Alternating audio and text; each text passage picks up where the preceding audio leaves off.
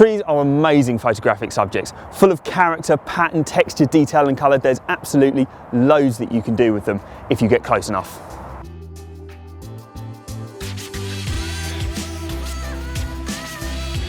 Attaching a macro lens to your phone gives you nearly unlimited possibilities when you're out in nature. Here, this really beautiful moss on the side of this tree is something that we're going to get some really interesting frames of when we get close up to it. The thing to remember about macro photography is you're always working with very tight depth of field, and that means that once you get your lens nice and close to your subject, moving your phone even fractionally forwards or backwards knocks everything out of focus.